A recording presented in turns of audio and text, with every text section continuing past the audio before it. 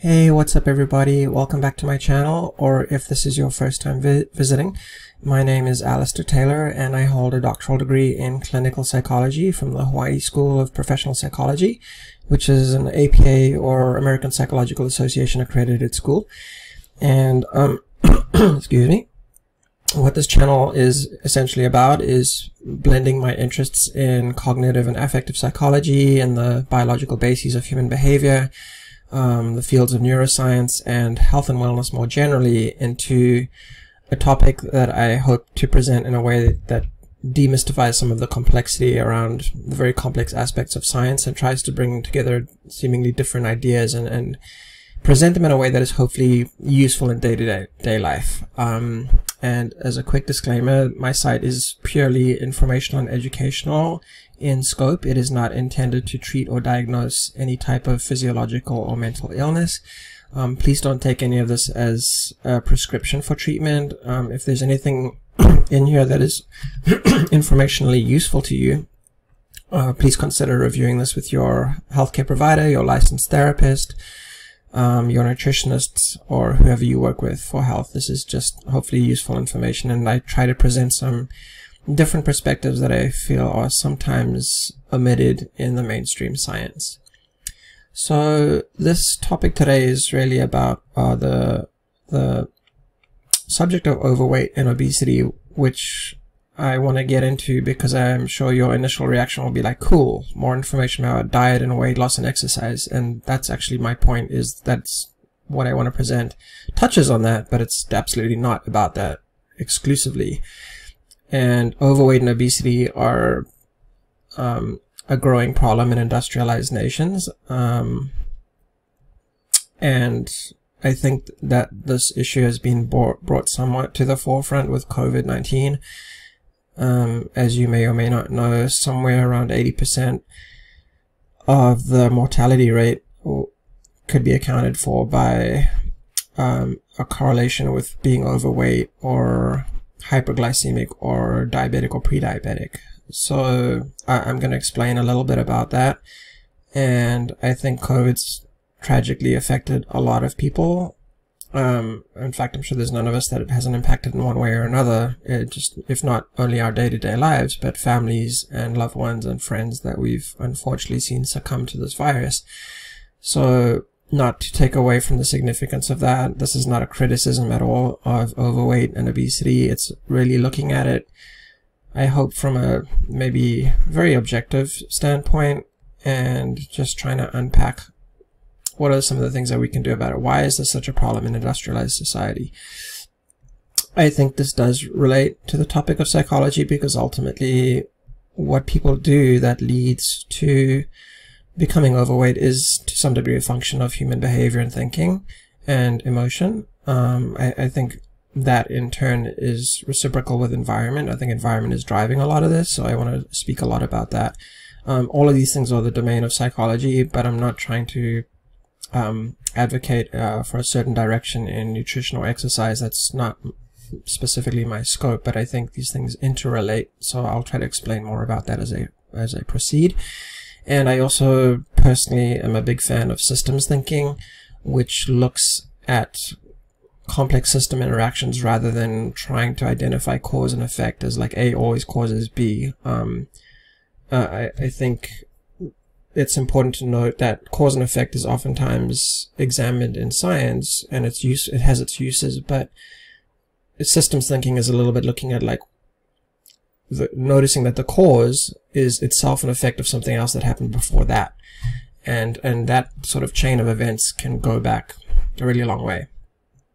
So it's looking at the relationship between parts that oftentimes seem like they're not related. So presenting this a little bit like I would as a dissertation or a research project or something, trying to identify what the problem is, right? I think there's several problems. It's not just the issue of obesity itself. It's, I think, a politicized issue. It's the relationship between the food system and politics, which, you know, big food is a highly political issue. Politics shape food policy as well. I think that science influences the food industry, and that's bidirectional as well. And some of these problems feed into the healthcare system, so that's something I'll touch on a little further. I think I could spit out a lot of statistics. I'm going to try to keep that to a minimum, but I think it's a self-evident truth. If you've had the good fortune of traveling a lot, and if you've ever been to more remote regions of the world where people are still living more in accord with their hunter-gatherer sort of traditional past, you'll see that obesity and chronic disease rates are very low. It's just something you can observe just by seeing it. And then, of course, if you go into industrialized nations, you can see just by walking around in public that rates of obesity are quite high.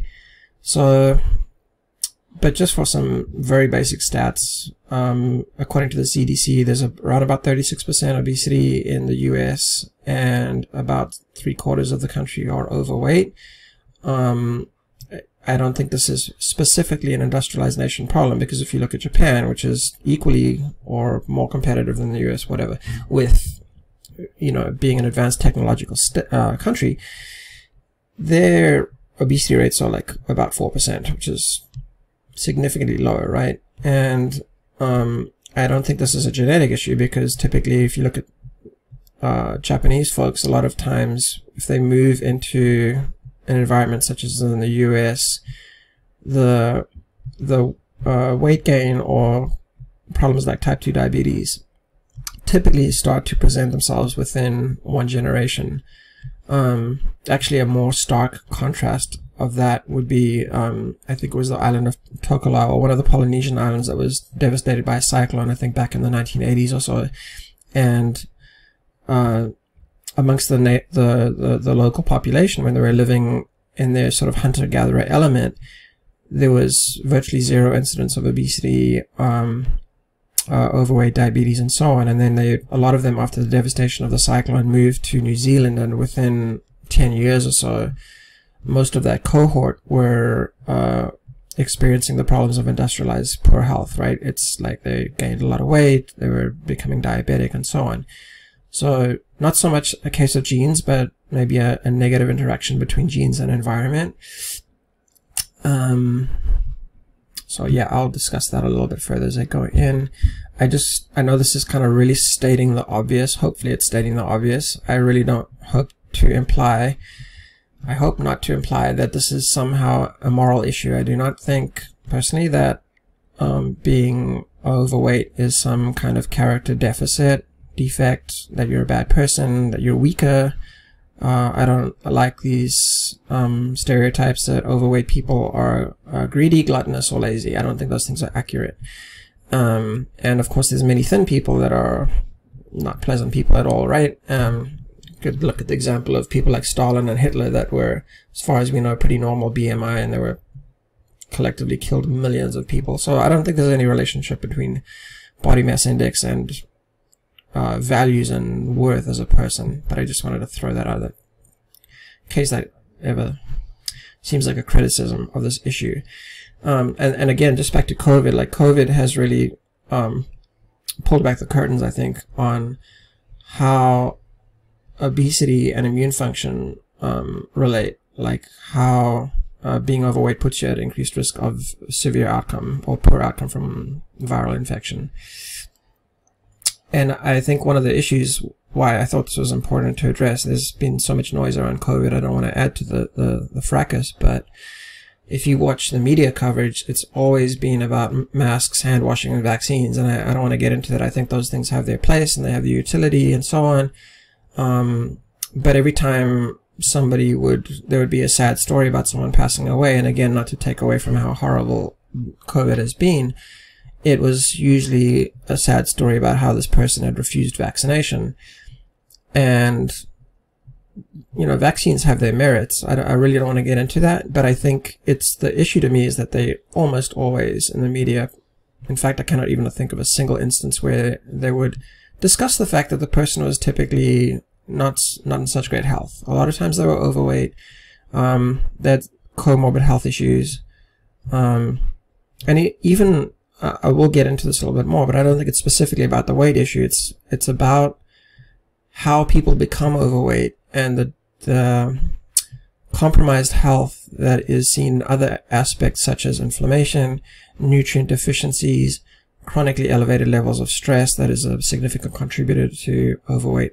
So this, I just want to, in a nutshell, say that this topic or this presentation is not specifically about the calories in and out model and exercising model of obesity. This is the whole reason why I wanted to do this presentation, is I think there's another angle to it that is seldom discussed, but for whatever reason it's not really being discussed. I don't know if it's a political correctness thing that we can't talk about overweight because it implies that overweight people are somehow bad, and of course I don't think that's true. So political correctness maybe once was useful here because it's terrible that people are discriminated against for their weight, but on the other hand, like, if you can't talk about the issue, well, now COVID's really exposed it, and now when you have 8 out of 10 people that die from COVID are generally overweight or pre-diabetic or diabetic, it's like we kind of need to have this discussion, because if, at least in America, if we were healthier as a nation, I think the infection rate may have been the same, but I think likely the death count would have been much, much lower. A little bit of evidence for that is the death rate per million is 16 times higher in the US than in Japan. So I don't know that the Japanese are like genetically gifted in some way against viral infection. I think it's more likely looking at the correlation with obesity and diabetes and how those things suppress immune function. So it's just really an objective truth. But I want to kind of get into in this topic of like why people become overweight. I just want to reiterate, it's not, I really don't believe it's a character deficit. I think it's a case of really bad interactions and interplays between environment and genes. So moving on, being overweight tends to correlate with physiological conditions such as diabetes, hypertension, cardiovascular disease, and chronic inflammation. Not saying that one causes the other, but they seem to co-occur quite frequently. That's a very complex topic, and I don't want to dig too much into that. But certainly, if you consider obesity as a sort of health condition, it can start to impact on mood. Now, I'm sure we all know people that are overweight and very happy, positive, upbeat people, like pleasant to be around and so on, and they're fine.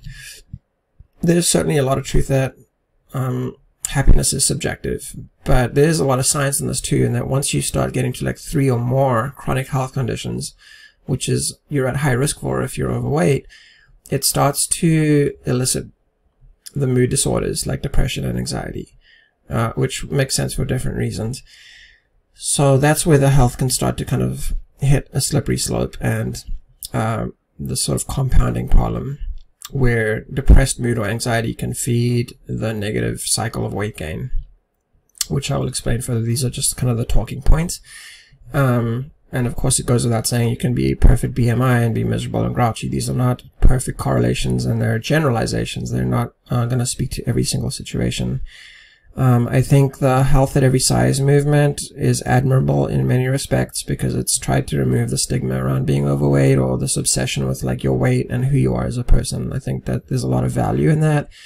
I think it can be problematic if you just blanket accept that overweight is fine, because it ignores the health risks that often co-occur with being overweight. And yeah, that's kind of like denying. It's a state of denial in the sense that you're pretending the problem isn't really there. And that goes the same, by the way, for being underweight, like people with anorexia, for example. I mean, this is just as much an issue for them in the other direction. So anyway, moving on. I think just as a thought too, I think to help move away from the pathological thinking about being overweight, one way that I sometimes present to clients when I work with them is that depression, for example, is not a pleasant emotion. Most people that are depressed don't want to be depressed. In fact, I don't think I've ever met anyone that was depressed and wanted to be that way. So it's viewed as a very negative emotion, negative experience, and something you want to change. I sometimes think, well, I mean, coming at it from the perspective that emotions serve a sort of evolutionary or biological imperative, like they communicate a function. What are they trying to tell us? Is there anything good in depression? And I think you could make a case that maybe it is, in the sense that it's trying to get us to pause, because if you look at the symptoms of depression, there's a lot of times kind of withdrawing and isolating a little bit and receding into your room and ruminating a lot, that's a bad state to be in long term. But short term, it can be an opportunity to pull out of the rat race of life, the rut maybe that you're in, and introspect and see, like, am I living the life that I should be living? So maybe it presents an opportunity to reframe what you're doing and think, like, am I in the right circle of friends? Am I pursuing the right thing in my education or my career? Maybe I'm not doing what I really need to be doing. Like, this is my life. I only get one shot at it. I should live the best life I can instead of living the life that society thinks I should live, right? And so maybe potentially, just a thought, like, this is not evidence-based, but it's just a thought that maybe obesity presents the same thing, as like it's an opportunity to look at your life and go, like, am I living the life I should be living? Am I taking care of my body the way I should? What could I do better? What needs to change to bring out the ultimate in vibrancy and health, mentally, psychologically, spiritually, emotionally, everything, at every level. Okay, so just a thought that maybe it's not always a bad thing, right? And then in terms of getting into I would just forewarn and out myself to say that this presentation, because it's systems thinking, it's like there's many cogs in the wheel, and I could probably start at any point, so it might seem really scattered, so bear with me. But I for the sake of trying to paint a picture, the broad sort of 30,000 foot view, why are we in this mess, right? Why is it that rates of chronic disease and obesity and so on have absolutely ballooned in the last less than 1 century, and all of human history before that time was relatively static and stable as far as we know, like, more or less. So I don't think it's just a function of calories in and calories out in terms of, like, why we have this obesity issue. I would say that for sure, like, for those that don't know, a calorie is not a calorie, for example. Like, they have very different effects on the body. The calories that you get from eating a donut, if that donut is 500 calories versus eating 500 calories worth of broccoli with butter on it, very, very different effects on your physiology. The calories quantitatively might be the same, but qualitatively are very, very different. I'll give a quick illustration of this here. Like, if you look at, I'm not sure, just to out myself again, I'm not 100% sure. I haven't, like, fact checked this in specifically, but I know in principle this is true, that fast food is typically very calorically dense. It can be calorically dense both in terms of fat and or sugar, but I think sugar is the predominating one, and I'll explain more about that later. And sugar can be actually more fattening than fat. In many cases, I think it is. But if you look at the picture on the left, it's processed food. It's likely to give you a quick rise in blood sugar and an equally quick drop in blood sugar as your blood sugar levels plummet, because there's little in terms of the way of satiety in those foods on the left. And the foods on the right would easily, I would think, constitute at least a day's worth of food. Like, that would be a healthy, nourishing day, if not leftovers for day 2. Whereas the one on the left, that's more than likely one meal. It's kind of like one large meal. And it'll probably precipitate significant cravings for more food throughout the day, as well as these other sort of nefarious effects like, disturbances to the gut microbiome and, like, bringing out more inflammatory processes, and there's not much nutrient value in there and so on. But just to point that out, because there is a lot of emphasis around calories, and I don't think it's all the whole truth of the matter.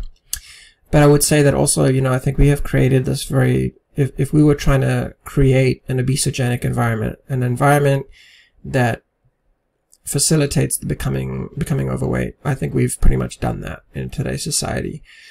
As an example, this is actually a little bit older statistic, but from 2012, that half of all Americans had one chronic health condition, while 25% had 2 or more. And that 86% of all healthcare spending was on non-communicable disease, so diseases of diet and lifestyle, essentially, such as overweight, diabetes, hypertension, as contrasted with, like, infectious disease, which is, like, actually the minority of cases. And this is a problem because the current medical model was not built for this. It wasn't designed for this. Medicine evolved slowly from sort of germ theory, and maybe there's a specific pathogen that infects a person, whether it's a bacteria or a virus, and then medicine comes along, identifies what it is. There's a cause and there's effect, that you have this viral reproduction in your system, and there's an immune response and so on. And you have a specific target to hit, like whether it be via an antiviral medication or an antibiotic. And similarly with medical treatment for acute injury, like a car accident or something, like medical technology is great for that. But now we have this situation where that's the minority of what's bringing people to the hospital, right? It's mostly chronic disease. And the problem with chronic disease is that there are many, many causes therein. Like there's stress, poor diet, lack of exercise, lack of sleep, inflammatory foods, drug use, smoking, drinking, etc. So how do you target that, right? It's more complicated because you don't have one target to hit. And if you try to do it with polypharmacy or the use of multiple medications, that kind of works in some ways, but it's problematic in that the medications can interact with one another in negative and unpredictable manner. So it's not a fault of the medical system. It's just the way it's evolved and the way the health conditions of most people in industrializations have evolved along with it. And it's kind of been like a divergence, I guess you could say. I can't go too much into that because that's a huge topic, but if you would like to read more about it, a really good book is that The Disease Delusion by Dr. Jeffrey Bland, who is the doctor that basically founded functional medicine, which is a really cool aspect of medicine that I'm kind of a big fan of. So yeah, there's a lot of good information in that if you'd like to read further. So skipping ahead a bit, I think this is just a kind of somewhat hypothetical illustration. Like it's a way of trying to encapsulate what I think is going on at a societal, systemic level in industrialized nations, right? We've had this thing where mass urbanization has developed, cities grew larger and larger. As we all know, supply and demand, rent goes up, property values go up in big cities. People want to live in the city for work, but if they can't afford to live there, they are either confined to the lower income areas of the city that are often, many times, you know, they will coexist with socioeconomic issues like drug use and other criminal elements.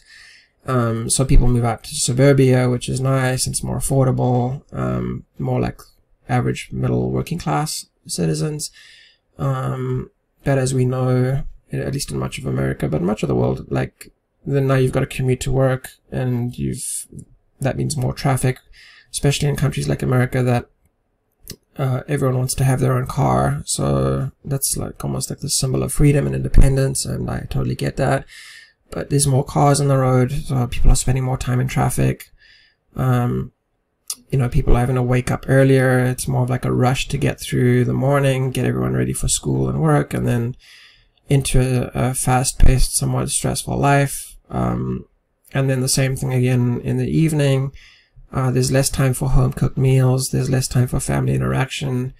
We have the intrusion of technology, whether it's a TV or the TV that's in our pocket, which is our phones, of course. And then added to that is the deleterious effects of social media, social comparison, peer pressure, this sort of keeping up with the Joneses thing that also tends to drive a mindset that you have to succeed and pursue success and measure success by monetary or financial or material gain.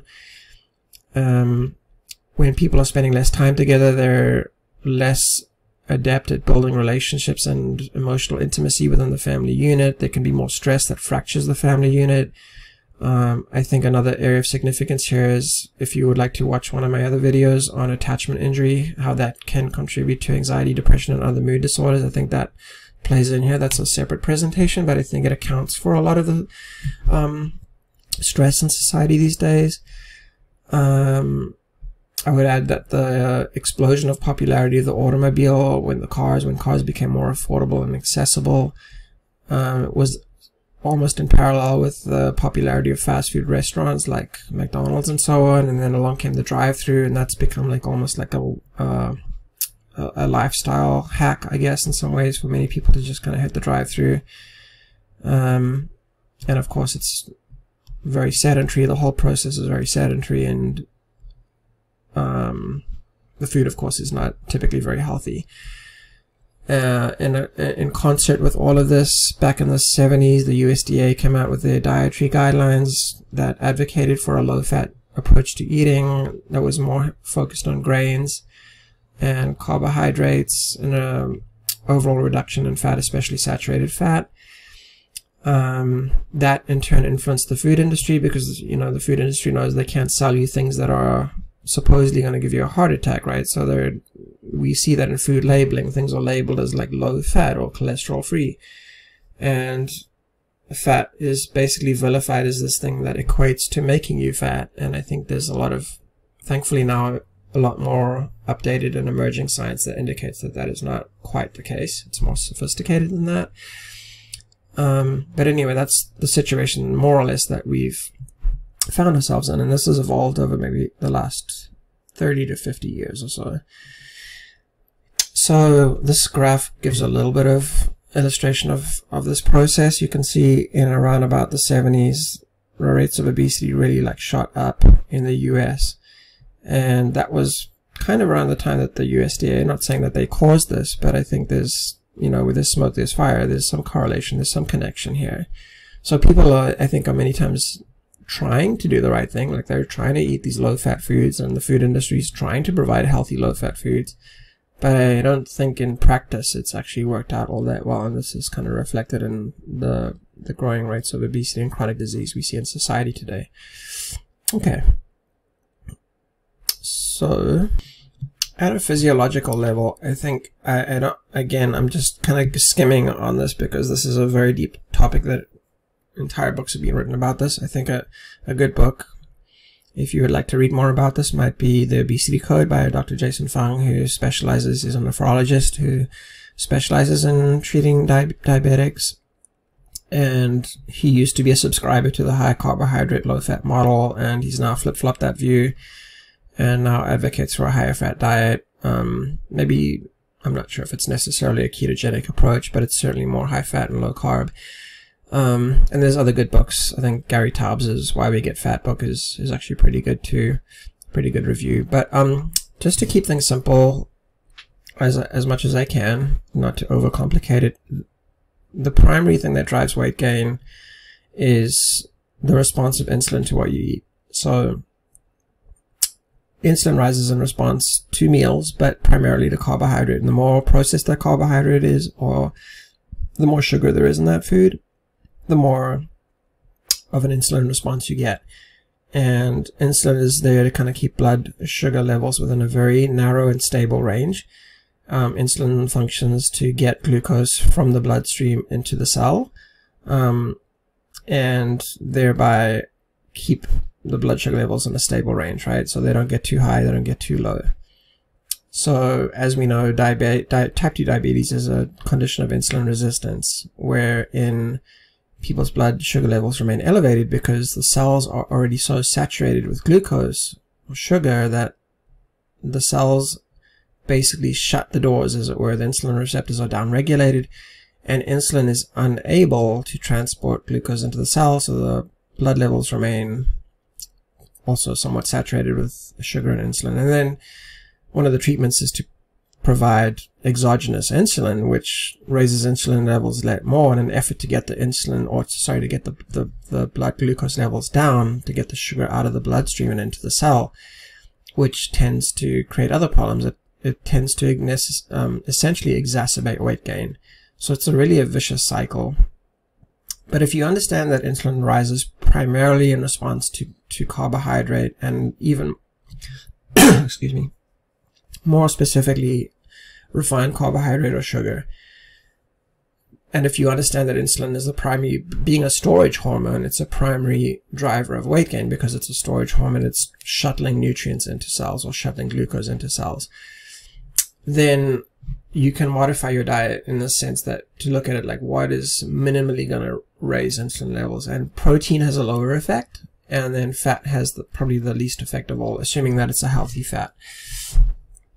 So unfortunately, for whatever reason, low-fat labeling is still persistent in foods, and fat itself is often blamed as the cause of weight gain. And the evidence is definitely accumulating that this is probably driven more by sugar consumption, and also to some degree, or maybe primarily, by fructose consumption. So pretty easy to look at the ingredients label on your food, especially with soft drinks, but even things like ketchup and so many other foods out there, that they are often loaded with high fructose corn syrup, and fructose has a very different physiological effect than glucose.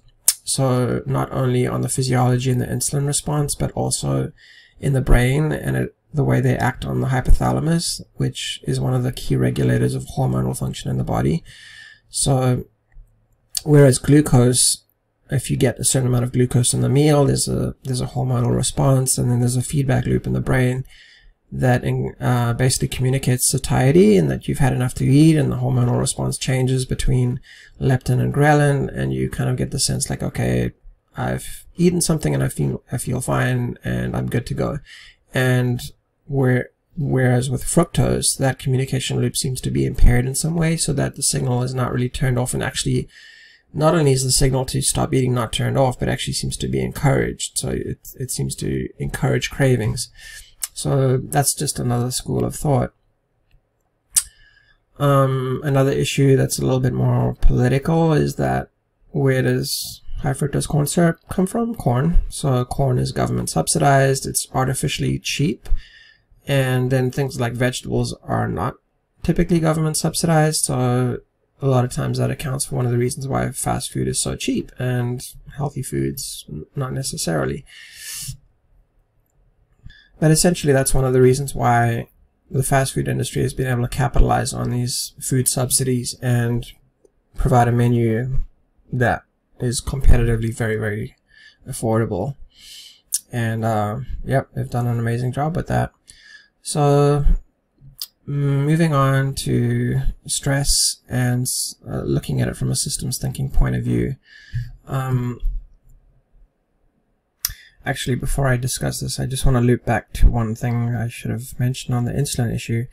I think there's a lot of discrepancy out there in the sort of mainstream discussion of health and nutrition and diet and so on around macronutrients, i.e. protein, fat, and carbohydrate, and then there's ketogenic diet and low-fat diet and Mediterranean diet and the Okinawan diet, and there's like infinite variations.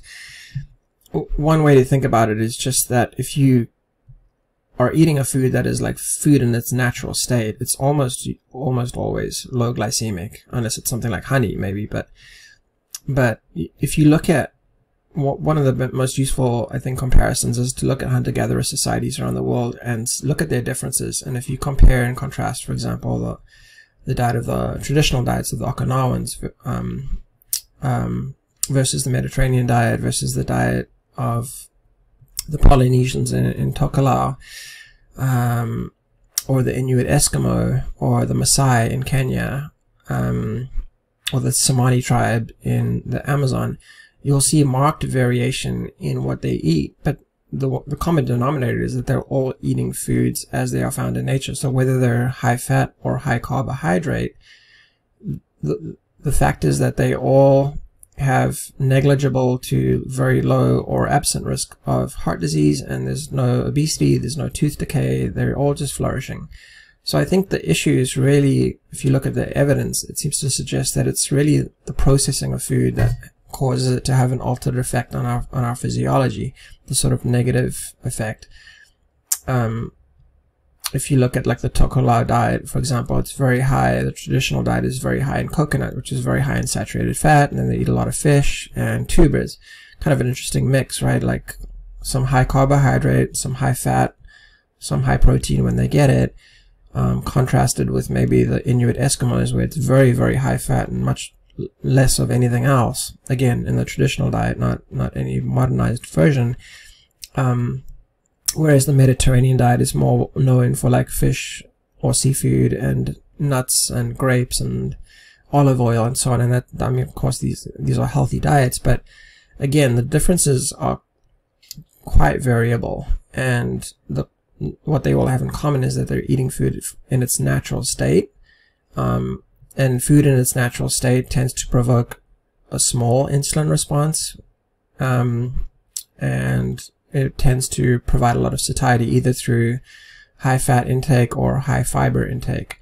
And if it is carbohydrate, it's in its natural state, it's unprocessed, so it seems to have this more sort of like a low glycemic impact, and that would be exampled, for example, in the Okinawan diet, where sweet potatoes are one of their staples, but the Okinawans typically live to a ripe old age without dementia, and without much significant weight gain. And of course there's other things too, like movement, exercise, and socializing. I'm not ignoring those parts, but I just wanted to touch on the insulin and the macronutrient link. And I think it's also especially relevant because there's a lot of emerging data now that Alzheimer's disease is considered a type of diabetes, in that the brain is no longer able to effectively utilize glucose. It's because the brain has gradually become insulin resistant, and if a cell cannot get energy, it cannot function and it will die.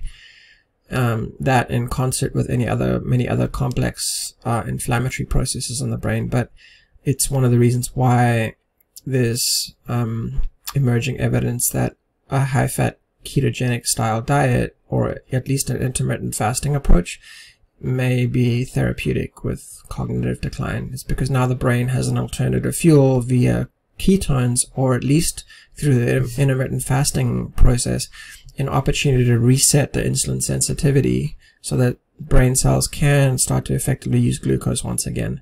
So it's basically moving towards resetting and restabilizing metabolic pathways in the brain, which are ultimately contingent on insulin. Like, insulin is the thing that gets the glucose into the cell, right? Okay, so sorry, tangent, but I thought that was important. And then in terms of like stress plays it's a big player in this obesity equation. So another one that I'm sure we are all aware of is that of income disparity, which is a growing income gap between the rich and the poor in most countries. And then you have the growth of inner cities, and social problems emerge such as drugs, fatherless children, fractured family units. I think there's some evidence that income disparity is what drives crime rather than money per se. Like, for example, if you go into a country where people either don't have money because they're still in their hunter-gatherer society way of living, or everyone's just sort of more universal income and their needs are met and they all feel more equal. But when there's income disparity, it fosters the idea that one is better than the other. It's the haves and the have-nots, and that can create a lot of stress and tension between the income groups. So that's kind of a big one that can create a lot of stress. I think it's one of the reasons why COVID hits certain income groups pretty hard. So for example, it seems like it's hit like the African American population pretty hard.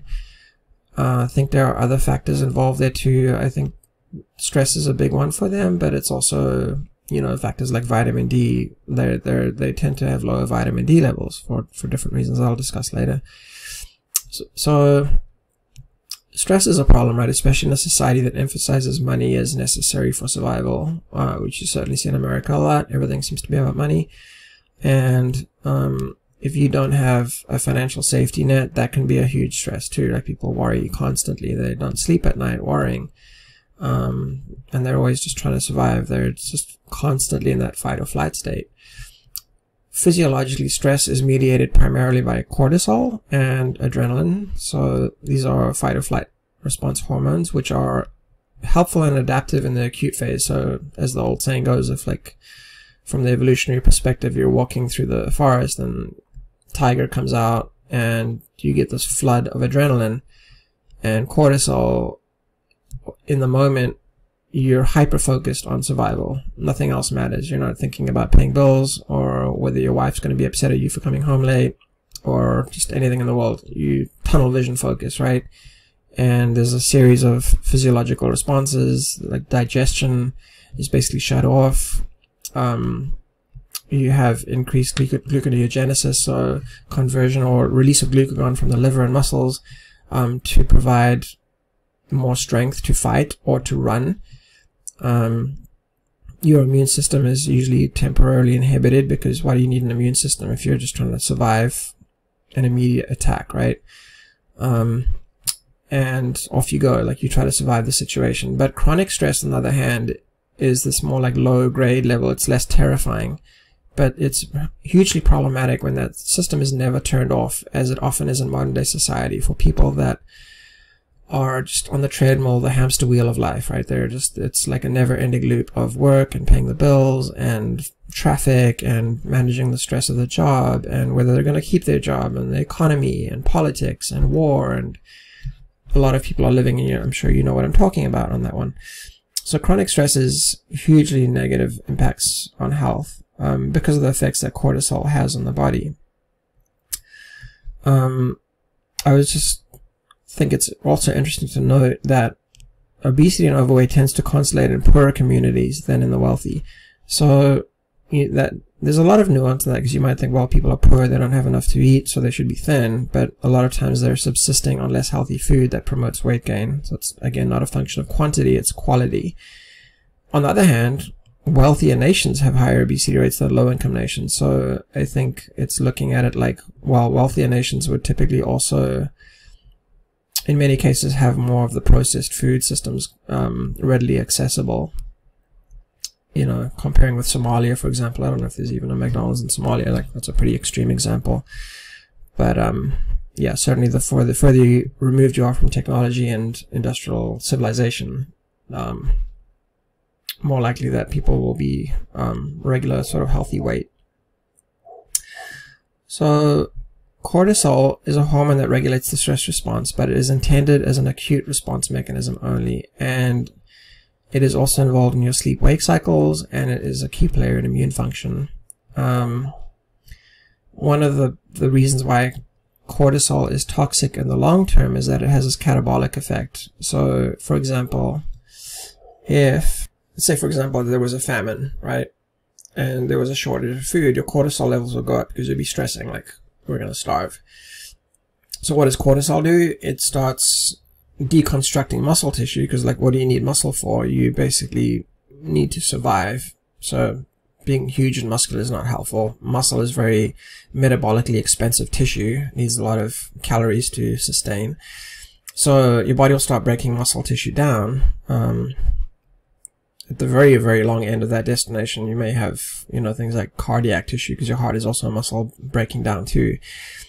So it's converting muscle into glycogen for storage, and then, or glucose, and then if there's excess glucose, your body will store that as fat. And then cortisol also inhibits the breakdown of fat as a fuel source. So now you're in the situation where your body is basically packing on fat, which is very useful in a famine situation, right? Because you don't know when there's going to be food again. You want to kind of like hibernate, in a sense. You're physiologically going to kind of hibernate, like lower your metabolic rate, deconstruct muscle and unnecessary muscle that requires a lot of calories to sustain, and pack on weight gain, like store fat for survival. Unfortunately, cortisol over time also tends to weaken the tight gap junctions that are in the gut, which I'm trying to think how I can make this as simple of an explanation as possible. But the lining of the gut is meant to be not sterile, but it's a very tight border between the gut and the rest of the body. So you have passage of nutrients and glucose, for example, across the gut into the bloodstream to nourish your body. The gut lining is not like this, maybe like a sheet of plastic or something. Like, it's made up of cells, of course, and these cells have little gaps between them, but these gaps are very, very small, like nanometers,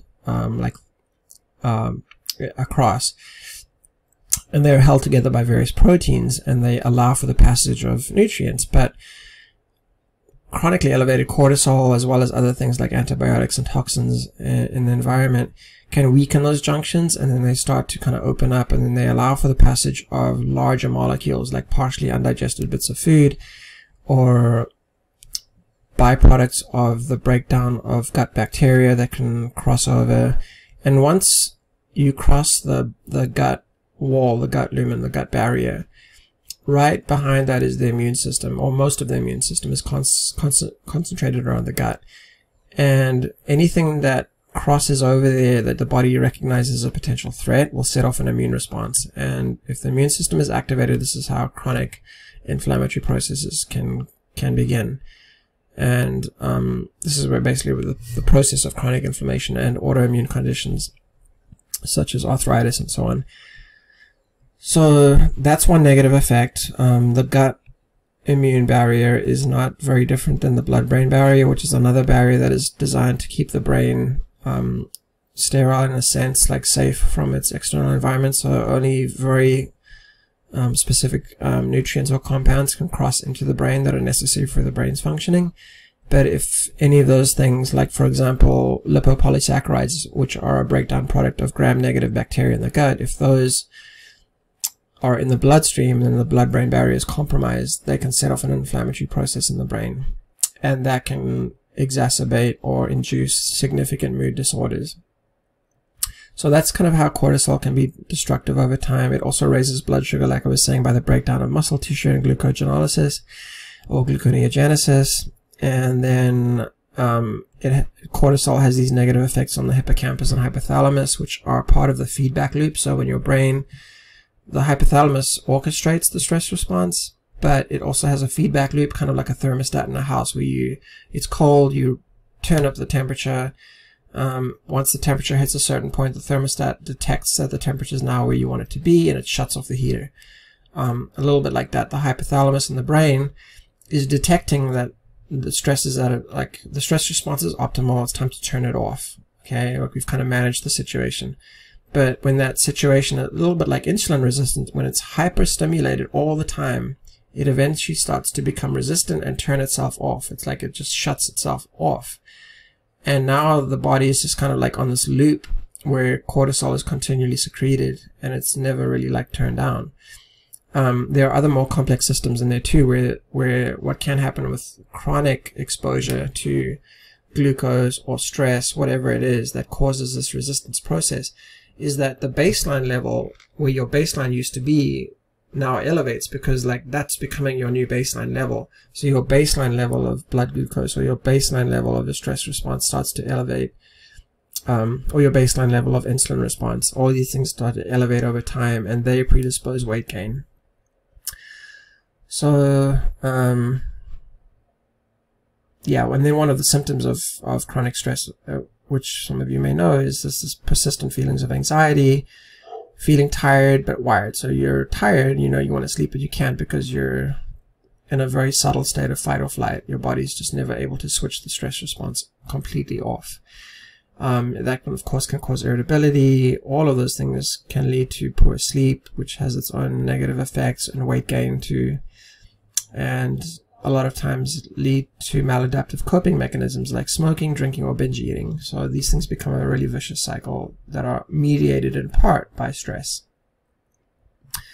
Okay, so what else does stress do? We know that chronically elevated cortisol impairs sleep. It's like I was saying, your stress response is the fight or flight part of yourself that senses that the world is dangerous or things are out of control. That system is never really turned off. And of course, like, why would you sleep if your life is in danger, right? If you think there's an attacker lurking or a wild animal that's about to sneak into your cave at night, you know, evolutionarily speaking, and eat you, you can't sleep, right? So, and in many cases with chronic stress too, people appear to sleep, but the sleep quality is impaired. Like there's decreased incidence of REM sleep, for example, which is the most restorative phase of sleep. And then sleep deficiency correlates quite strongly with weight gain for a variety of complex reasons. One is that you just feel tired, and then if you're tired, you kind of like try to eat more to like pick yourself up. Or other mechanisms are that it's suppressing certain hormones such as leptin, that is a satiety hormone. So there are many hormones that regulate appetite that are dysfunctional when there's sleep deprivation. And then, of course, stress can contribute to fractured relationships because people are just worn out, they don't have patience, they're irritable, they fight more. That feeds the stress cycle. Another feature of the fight or flight response, like I was mentioning, is that when your focus is narrowed on identifying threat, you become more adept at recognizing problems rather than solutions. It's like your focus just becomes narrowed on noticing everything that's wrong in yourself or in others or your world, your future, so on. It becomes very pessimistic type of thinking. It's probably just a survival mechanism rather than some kind of character flaw. When you're able to get into a state of positive emotion and calm and relaxation through enhancement of your parasympathetic response to counterbalance the sympathetic response, your thinking shifts, you become more open to solutions, more creative and open to different ways of approaching problems, more open to alternative explanations rather than the possible default automatic negative assessment of the situation and interpretation of that event. So mood definitely drives the way you view problems and how you identify them. I'm sure we've all encountered that phenomenon of laying in bed at night, unable to sleep, tired, and you go on social media or on the internet, on your phone, and you just kind of like browse indefinitely, and it's almost like it's just a way of trying to distract, but it doesn't solve any problems, right? And sometimes it makes you feel worse, especially when there's a social comparison element that you feel like everyone else is doing great in life and you're not. Stress can also shift your attention or belief about money. So, of course, this is just another unfortunate side effect of industrialized nations, is there is an emphasis on financial success, and the two are associated to the extent like there's just this mapped out path, I think, for many kids these days. Like, you go to school, you must get good grades, you must graduate high school, you must go to college, you must get a good job. If you don't, you're going to struggle, life's going to be miserable. There's a lot of sort of keep up with the Joneses, like you're measured by your bank account and your type of car you drive and the house you live in and so on. None of those things are necessarily bad. Like, I'm pretty highly educated myself, and that's fine. Like, there's some aspect of that I really enjoy, but I also recognize that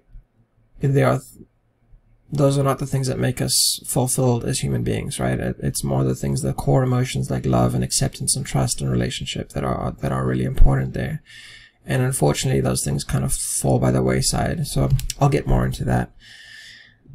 But in a nutshell, I think we could probably all agree that society does emphasize academic achievement, money, fame, and material gain, and that you can just kind of look like what's popular on TV and what's popular in advertising, and I think that's self-evident. I think we are also saturated with social media and sensationalized news reporting, so that can be problematic. So the relevance, I think, with respect to obesity and weight gain is, again, part of the stress response and what we are exposed to. And it's not just the physical junk food diet, it's the sort of media junk food that we are exposed to. And I think there's a lot of obviously evident truth to the potentially toxic elements of social media, but certainly the news, at least in America, where a lot of it is for-profit corporations, there's data on this, research that shows that the language is a lot more emotionally laden and charged up in an effort to incite, I guess you could say it bluntly, like it's more anxiety, because if you're anxious, you tend to be more tuned in, like you feel like you can't tune out what's in the news. You have to know like what's going on. Like, it's, oh my god, like COVID cases are up again, oh my god, like people that are not vaccinated are dying. And news can be highly motivated by financial interests. It's just not quite the same as in countries where the news reporting is state sponsored or government sponsored. So just something to be aware of, but I think that's something that you probably would notice if you start to really pay attention to the language that is used in the news. A lot of time it's very inflammatory or sensationalized. And of course that's great for their ratings, because if they have good ratings, they can sell more ads and make more money. And then again, time constraints and stress are splitting families. Families spend less time, quality time together. They're individually or as a group more stressed out, less patient, more irritable, and so on. A lot of folks are coping with stress through substance use, whether it's drinking, smoking, or illicit drug use, or, as we know, the opioid epidemic is a big one. And then certainly, again, in America, for sure, there's this increased reliance on medication, like the pill for every ill. And that's a societal problem, right? Because medications, I don't want to denigrate medications entirely, like they have many useful functions, but it's usually symptom level treatment, whereas it doesn't necessarily address the cause. So that's a problem. And I think one way you could just kind of summarize this is saying that as a species, we have moved really far away from our sort of, whether you want to call it evolutionary or genetic heritage, that as human beings, as a species, we've lived on Earth in harmony with nature for the most part for millennia, thousands of years. And in the last 100 years or whatever of the Industrial Revolution began more than, quite a while ago, but certainly in the last 100 years or so has accelerated with an increasing pace. And the more technological we become, I think the more divorced we become from natural systems, and our lives are not in harmony with natural systems anymore. We're flooded with artificial light and bombarded with excessive amounts of information, and there's too much. It's like kind of drinking water from a fire hydrant analogy, right? We just can't consume that much information that fast. There isn't time to process it, think critically about things, assess things for truth or fiction. Everything's more divisive, and people are very quick to be at war with one another rather than recognize what we have in common. Like we only have this one planet. We don't have a planet B, as the saying goes. And the more we remove ourselves from natural ways of living, the more problems we create for ourselves. So that's a heuristic sort of level, at a broad level where there's a lot of minutiae and like a lot of complex, detailed issues. How do you think about it more broadly? And I'm not saying that you necessarily have to move to the Alaskan wilderness. I mean, that might be a great idea, but think about how humans as a species have lived and what's missing and what's different about the life that you're living now, and see if there's a way that you could maybe change it. So at least you could be even little things like sleep-wake cycles, like trying to sleep more with natural cycles of daylight and nighttime, and turning down lights and turning down electronic exposure at night, and eating food as it comes from nature, and more time with play, friends, family, building those relationships. Knowing that, the science of positive psychology is that experience is more of a stronger predictor of lifelong happiness than material gain. So like doing fun things or doing fun things with family rather than accumulating assets. Okay, so moving on a bit further, stress is bidirectionally linked to mood, which in turn is related to diet and lifestyle. I think that one goes without saying. One of the issues here too is that goes hand in glove with the societal pressure and expectation, is that our education system is built around that. And that's, again, more of a topic that I can tackle now. It's just to highlight quickly, I think one of the issues, having worked in schools and worked with kids, sometimes in affluent schools where kids had need or want of nothing. They were well provided for, and they were doing great academically, and yet in some cases they were suicidally depressed. Something's not working, right? A lot of kids don't know why they're going to school and why they're learning this and why they're working so hard, and they don't really kind of know what they're doing with their lives, which is to some degree understandable. Like sometimes it takes a long time to figure that out. But unfortunately, what happens sometimes is there's so much pressure to achieve, and there's so much expectation that, well, if you don't succeed in STEM fields, you may not be successful, or you'll be second-rate successful, maybe, sometimes there's less encouragement and acceptance of being different and pursuing fields that are less lucrative, but maybe that's what that person is good at. Maybe that's what they're meant to be. Maybe the person just wants to be a fisherman or something like that. And, I get it, because there's no way you could design a perfect school system, right? The cookie cutter approach is born out of necessity, and kids have to go to school somewhere. There's many good things in the educational system, but in some cases, it also completely invalidates the child's experience because they don't relate to anything in that school system. And they're made to feel, I don't know, like left out or excluded, or like there's something wrong with them. And there's all these other things that I've just been mentioning about sleep-wake cycles and family stress that probably more than likely feed into this picture of ADHD, certainly nutritionally too. So the system itself is not entirely healthy from a mental health standpoint, and I think that's just evident in seeing large numbers of children these days that are just depressed, and they don't really know what they're doing. So again, this is partially because of the emphasis between material success and happiness.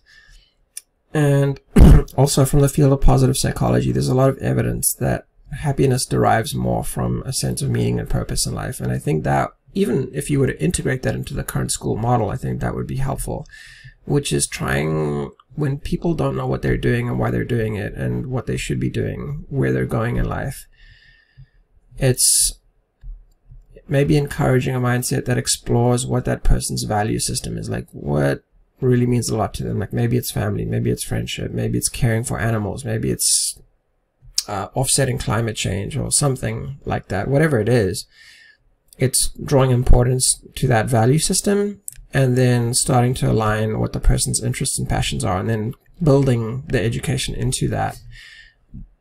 But it starts, I think, with having a sense of purpose, like why am I here in this world? Like what is my purpose in life? At least planting the seed, because I recognize that in kids that takes a while to develop, and even some adults don't fully grasp it until later in life. But planting the seed at least gives a sense of direction, right? It's like a map that's maybe half drawn. At least you got some sense of the lay of the land, right? Rather than learning detailed cartography, but, you know, maybe learning map making techniques, but still not knowing what a map actually looks like. Or so I don't know if that's a great analogy, but kids just sort of having the sense of not having direction. So, and for those that did not know, again, from the field of positive psychology, income is not a strong predictor of happiness. So certainly being dirt poor is hard, right? If you're really struggling, there's a higher correlation with depression and mood disorders and substance abuse. However, once people have their basic needs met, like sort of basic entry-level middle class, like if you're just able to survive and be okay, you can be happy with that. It may require shifts in mood and thinking and perception of yourself and others, but you can totally be very happy with that. And the differential in happiness from that income class to people that are very wealthy is minimal. There's not much difference. So the idea that you can just buy your way into happiness is somewhat of an illusion. People that win lotteries, for example, like huge amounts of money, typically return to their baseline level of happiness within about a year or so. So they, you know, there's this illusion like, oh, I win the lottery, it'll solve all my problems and I'll be the happiest person ever. And, you know, a year later, they're back to where they were before, sometimes worse. And the other thing about the social environment that we live in is that there's a lot of social comparison, like social media thrives on that.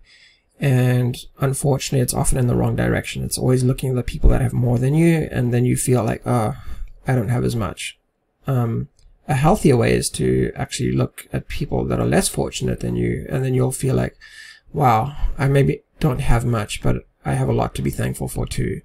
And practicing gratitude is definitely a booster in sort of overall mood and morale.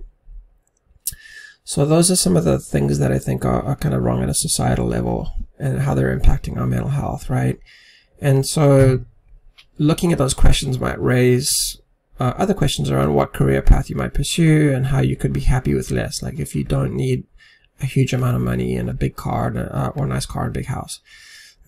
I also think that there's a myth that you cannot eat healthy on a smaller budget.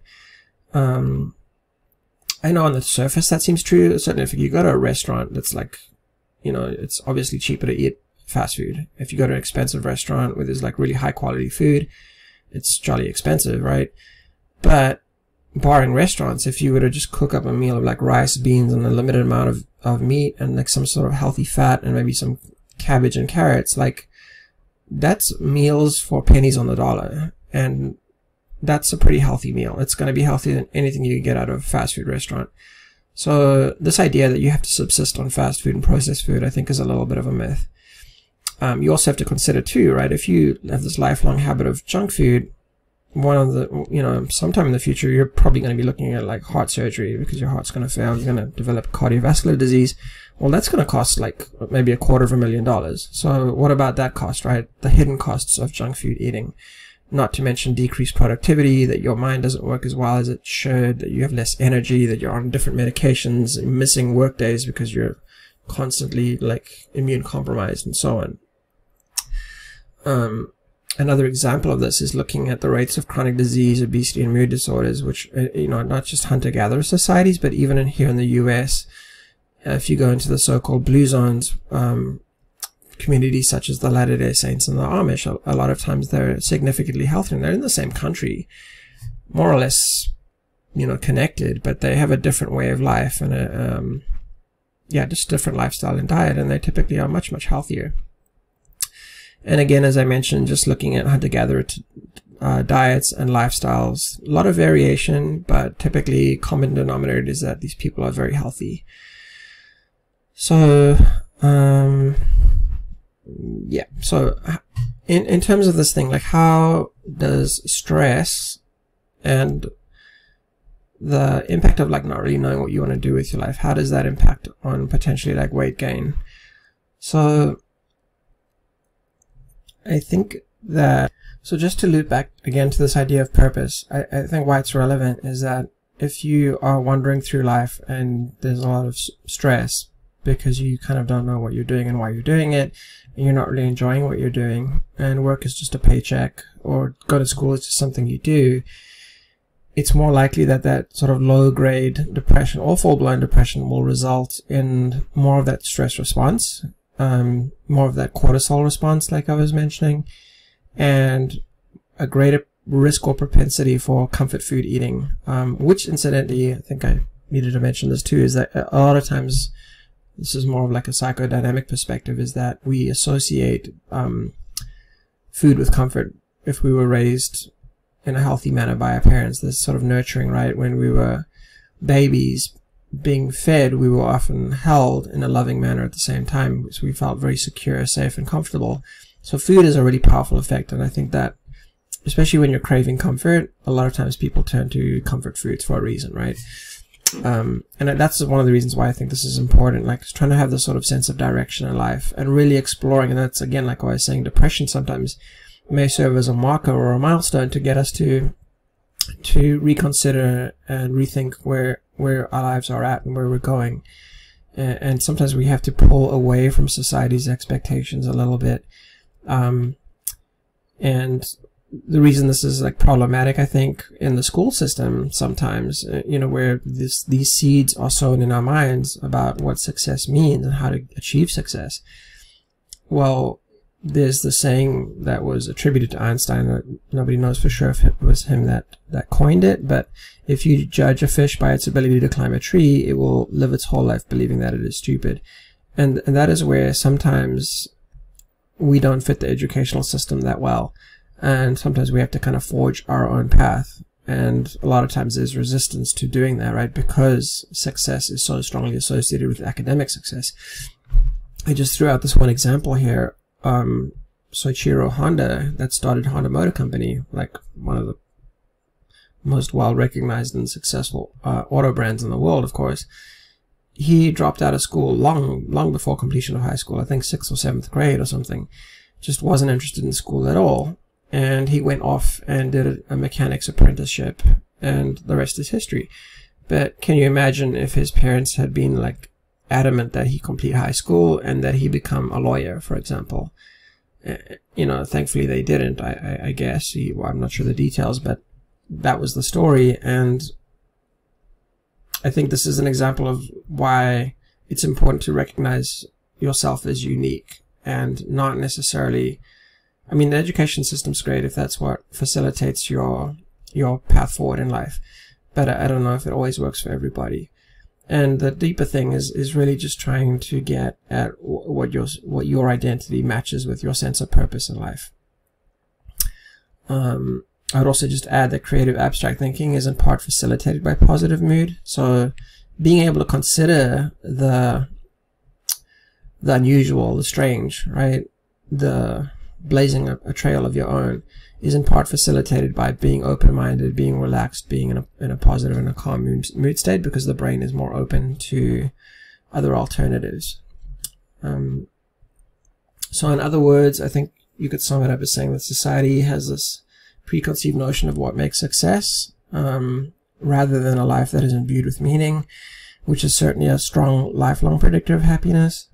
At a macro level, this creates businesses financial and family systems that operate under high levels of strain. The obesogenic food environment just seems to exacerbate all of this. And then some part of this is perspective too. I would just say that, you know, whatever job you're in, you can find meaning in it. If you read Martin Seligman's book on authentic happiness, Martin Seligman being the psychologist that pioneered much of the work in positive psychology, he gives the example of, like, if you're a trash collector, which some people might think of as a very lowly job.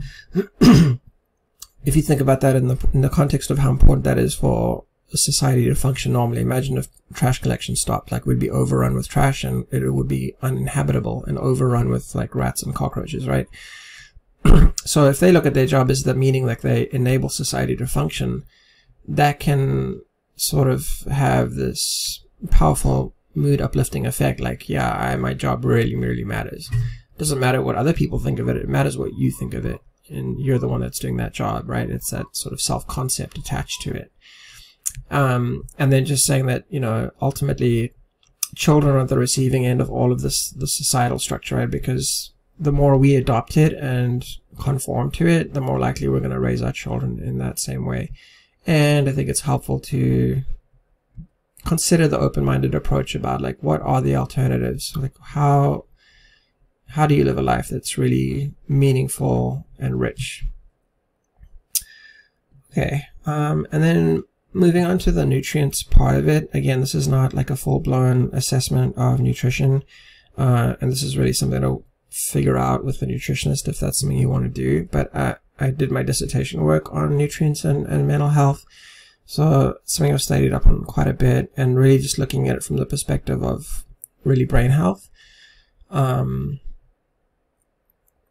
Again, like, looking at the anthropological data, it gives us a good big picture perspective, like looking at hunter-gatherer societies, like how they have lived for generations, and they typically have very low levels of mood disorder, or even the more severe psychotic conditions like schizophrenia and so on. And I think I've kind of covered this already. So that's the main comparison, is that the more industrialized and civilized a nation is, the more processed the food is, the more there's a correlation with both physical and psychological deconditioning, I guess you could say. And it definitely seems like it's more environment related. So, you know, if you move from one environment to the other, that will direct the change rather than your genetic background. So how food affects mood. Food affects mood on very, very, very complex levels. One is the micronutrient composition of food that facilitates normal biochemical activity in the body, such as regulation of gene expression, detoxification pathways, neurotransmitter synthesis, and degradation. That, in summary, would be something along the lines of like how methylation, which is a nutrient-dependent process, governs many biological activities. Another big one is chronic oxidative stress, and then another one is the gut microbiome, and then another one is the effect of different fats on our bodies. So fats are an interesting one to kick this off with. I know fat has been demonized as bad, but it's important to recognize that there are very, very many different types of fats, and they fit into some sort of major subgroups, such as saturated, monosaturated, and polyunsaturated. And you also have like various phospholipids. This is, again, I keep repeating myself, but this is just a really, really big topic that I can't fully get into. But just to give some insight into the importance of this topic, we're composed of trillions of cells throughout our body, and these cells, except for red blood cells, have a membrane. And, well, red blood cells may have a membrane, I forget, but the important thing for most cells is that they have a membrane and a nucleus. The red blood cells don't have a nucleus, but they're still cells. So the membrane on most cells in our body is vital, because this is a kind of microscopic close-up version of what a cross-section of a cell membrane looks like. So a cell, you could maybe envision it like maybe a soccer ball or something, and the part of the ball that you can touch that's like it keeps the air inside, that would be the membrane. And the membrane is composed of a variety of lipids, mostly phospholipids, such as phosphatidylcholine, phosphatidylethanolamine, phosphatidylserine. So these different fats that are polyunsaturated fats that provide the sort of elasticity and pliability to change in response to their environment. So they're fairly fluid. They're very effective in terms of keeping the intracellular space, the area inside the cell, distinct and separate from the extracellular space, the space outside the cell. Why the type of fats matters, because embedded in the membrane, as you can see in this diagram, are all these little compounds, I guess you could say, that are like proteins, right? And they serve as mediators between the inside and the outside of the cell, or transporters. Like, for example, when glucose comes along, shuttled along by insulin, and then insulin binds to the receptor on the cell, and then it affects a change. The protein changes its shape, and it allows for the passage of glucose from the outside of the cell to the inside of the cell, where the cell can begin to use it as a fuel source. And also why this matters is that if you have a diet that is high in unnatural fats, like, for example, trans fats and hydrogenated oils that you might find in things like donuts and pastries and a lot of processed foods, or also oils that have been damaged due to processing, very high temperature exposure to too much light, deep frying, for example, these fats become damaged. And I've used this analogy in other videos, but I think a good one is just that they're kind of like the key and the lock analogy, right? That metaphor where if you place a key in a lock, it usually only fits a specific lock. And if you damage either the lock or you damage the key, it won't open the door. So the door has now lost its function. And you don't have to damage a key much. You can just take one of the notches and bend it or break it, and now it doesn't fit the door. Now it's useless. Potentially it might open a door somewhere else in the world, but we don't know. And cellular communication is kind of one of the main mechanisms by which we live and breathe. Like, it's going on all the time, like billions of times a second, like in different cells. And that system has to function normally. And when you have dysfunctional fats incorporated into this membrane, it's like you're using, maybe another analogy might be, you're trying to make a key out of silly putty. You know, it's all soft and pliable, and you try to put it into the door lock and it just squishes up and it doesn't do anything, right? So you have to have, these compounds have to be made out of specific substrates. And if you have the wrong fats in there, the cellular machinery begins to break down. So what can happen is, like, the receptor, for example, might be embedded in that membrane, but because the cell membrane is like dysfunctional, it doesn't have its proper shape. And that shape, again, is mediated in part by the nature of those phospholipids and compounds like cholesterol that add a certain amount of rigidity and structure to the cell.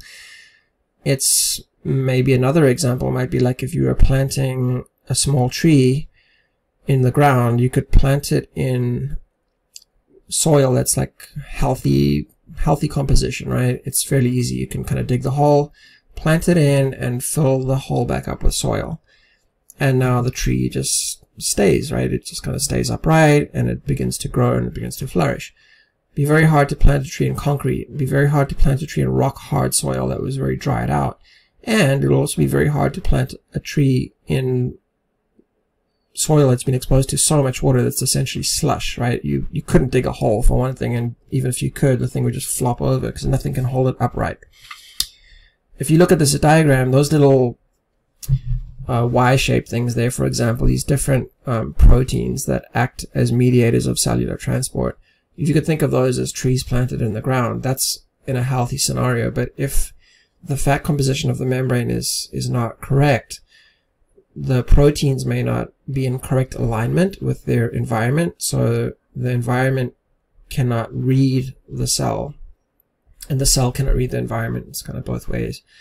So I don't know how to make that much simpler. It's like, it is a very complex thing, but it's just to know that fats are not just fats.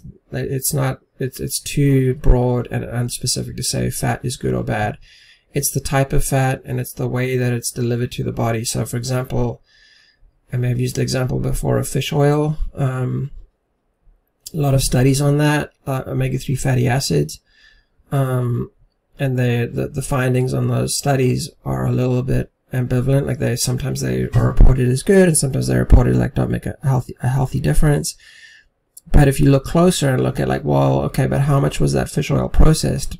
Fish oils are polyunsaturated oils, and they're highly fragile, like vulnerable to damage from heating and processing. And if a lot of the fish oils on the market today are processed, because people don't like the fishy taste and smell, so they deodorize them, right? They heat them, refine them, and now it's like the fat at a molecular level is not the same shape as it was in nature. And then on top of that, then if it's not the same shape, it's kind of like the key analogy, it's also won't have the same function. So fats are very vulnerable, and just coincidentally, I think that while saturated fats have been demonized, there's also different variations of saturated fat, but saturated fats are some of the most resistant to damage because of their chemical makeup. So ironically, I think you could make the case that things like butter and coconut oil, there is evidence that they are healthier, and they've been kind of demonized for many years, but I think there's a lot of evidence now that they're actually a lot better for us than certainly these like highly processed vegetable oils that were marketed as heart healthy, like canola and soy and sunflower and so on. So anyway, it's a complex issue, but I just wanted to shine the light. Again, bottom line is that when fats are in their natural state and in moderation and the correct amount, like just like eating foods naturally, like not necessarily eating gobs of coconut oil out of a can, but like using coconut oil in normal healthy amounts in like cooking and recipes and so on, can be very, very beneficial. So yeah, and then conversely, I think if you just look at how things like canola oil and some of these other industrialized seed oils are made, they look like they come out of a petroleum oil refinery. Like, how is that natural, right? Highly processed. They're just not, like, really hard to squeeze oil out of a canola seed. Olive, on the other hand, you just crush the olive and you get olive oil. So it's that kind of thinking about how things are natural and how things they fit with our sort of natural genetic evolutionary heritage, I guess you could say. So yeah, this is actually just a summary of the previous slide and that illustration. Again, it's just to note too, for example, there's studies that have illustrated like when you have too much hydrogenated oils in the diet, it tends to cause an accumulation of cholesterol in the cell membrane. Now cholesterol we can't live without it. Like, it's actually very, very healthy, but you know, too much of anything is bad. You can literally drink yourself to death with too much water if you want to. If the membrane has too much cholesterol in it, it becomes overly rigid and stiff. You have this thing where it affects the proteins that are embedded in the membrane that act as receptors for the environment, and that communication becomes dysregulated, and things like insulin are not able to get the glucose into the cell, so you develop insulin resistance. There's clear evidence on this now, and it's really interesting because, like I said before, fats have very little effect on insulin. When you eat a meal that's high in fat, insulin doesn't move very much because there's no sugar there. It's mostly the fat. But excess consumption of the wrong fat can cause insulin resistance, like hydrogenated oils, because they're unnatural. And I don't know if I have this on the next slide. Yeah, this one. So I would add to this too, like with these fats that are damaged and kind of perverted fats, I guess you could say, if the fat is damaged, it can cause lipid peroxidation, which is a process of oxidative stress, which is kind of like a little bit like rust in our environment, metal in the environment. And the thing is that it affects or infects neighboring tissues, and that can cause this kind of cascade domino effect of damaging many other components of the cell. So that's one big problem with this consumption of these Frankenstein fats, as I sometimes call them. And then just one interesting other kind of converse example is that some studies have shown that omega-3 supplementation enhances the effect of SSRIs, those selective serotonin reuptake inhibitors that are antidepressants, which again is interesting because the link between omega-3 and depression is not like A equals B or A causes B. It's more like A causes B, C, D, E, and then somehow at the end you get to G, and like now your depression is less. There's a complex interaction there.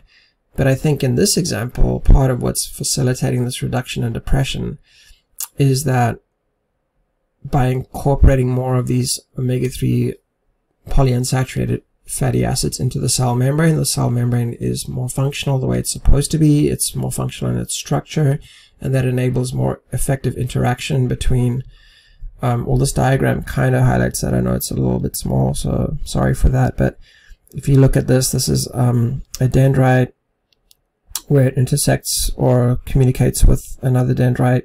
So you have the axon over here, actually, sorry, and this is a synaptic cleft. So this is the space between two neurons, basically, and how they communicate with another. And over here at the synapse, you have these neurotransmitters and vesicles, and they are released into the synaptic space, and they bind to their receptor over here, and then they activate it. And then typically with depression, people have low levels of activity with serotonin and the receptor over here.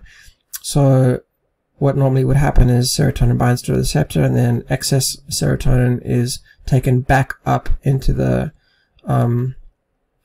axon over here, and it's kind of recycled for later use.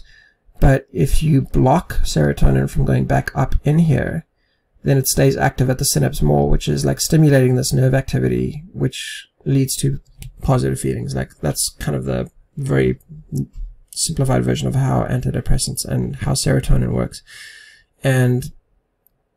But part of that process might be, you know, this kind of intracellular, this cellular communication is facilitated by a healthy cell membrane. So when cells are functioning normally, then through omega-3 supplementation, then the SSRI is actually able to do their work more effectively. So yeah, a lot of moving parts. I think I would just add a couple other things about nutrients. The thing about nutrients is that they aren't alternatives. Physiologically, like we can't like substitute certain things with something else randomly.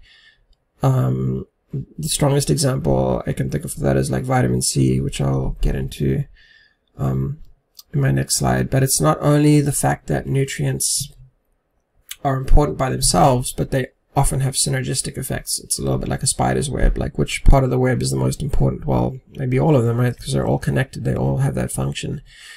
And sometimes, yeah, maybe like the analogy I used here is a link in a weak chain. If that link breaks, the whole chain breaks. So what else? Yeah, very complex. I think I used an example here of serotonin. So that's the main target of antidepressant drugs, the main molecule that's associated with feelings of well-being. There are others too, but that is a main one. But where does serotonin come from? The amino acid tryptophan and vitamin B6. So if you're deficient in either of those, how do you make serotonin, right? You can't do it with something else. And then another like sort of basic is that all of the bodily processes are dependent on nutrients via energy production. Like if you don't have energy, you can't do anything. So what facilitates energy production? Many things like magnesium and iron and zinc. So adequate antioxidant defensives. Like, so it's just like it's really hard to put things in this sort of isolationist view. But for the sake of illustration, I'm trying to use vitamin C as an example here. I picked that one because it's probably like one of the least known nutrients that is associated with mental health, like well-being.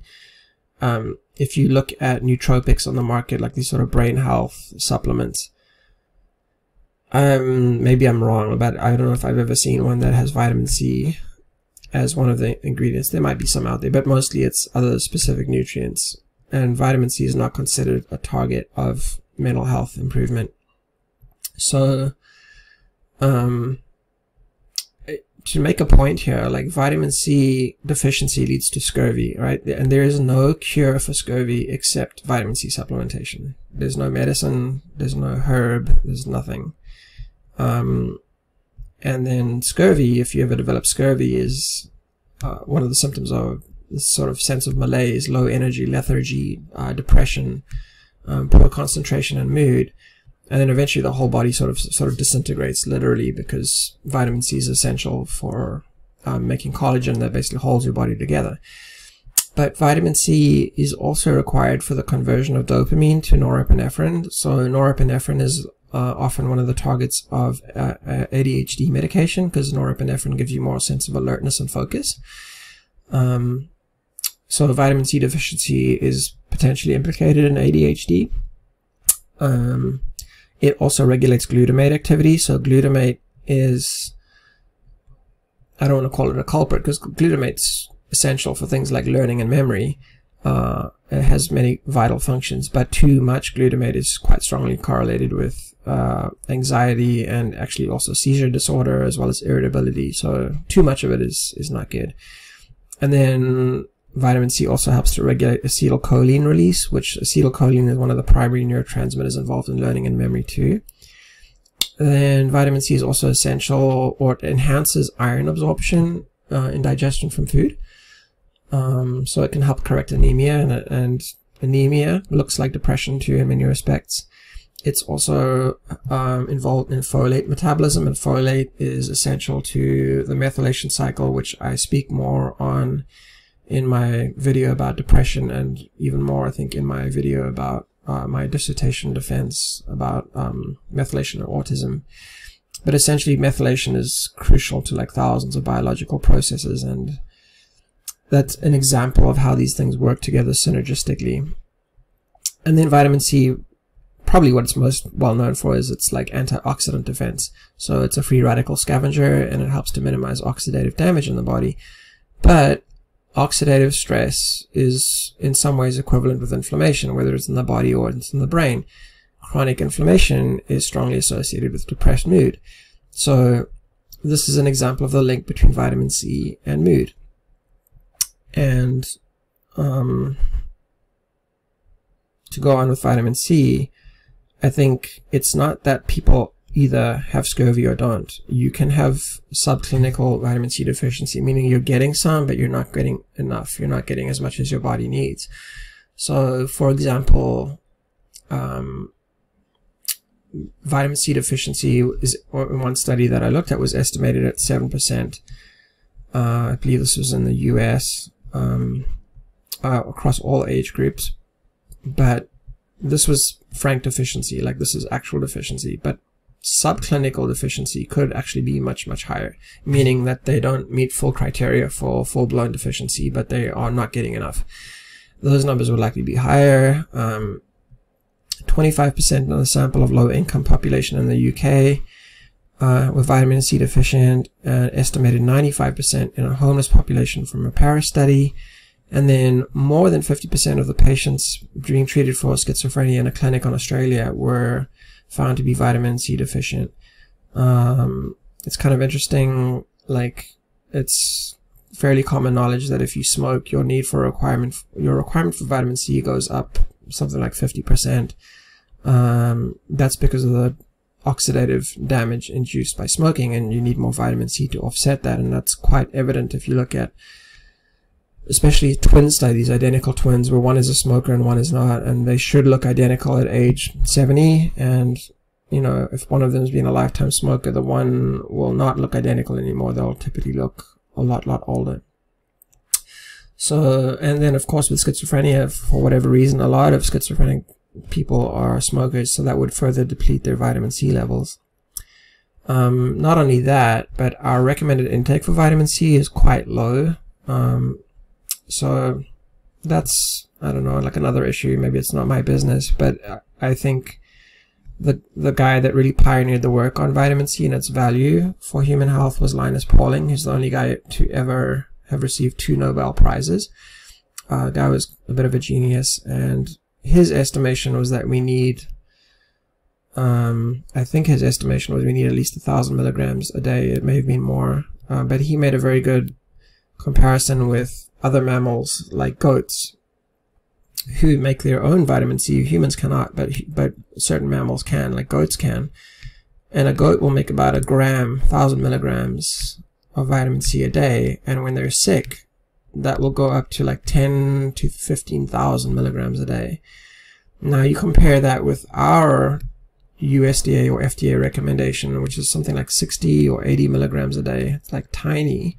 So it's plausible that as humans, like, we're getting way less vitamin C than we should, and even more so when we're sick.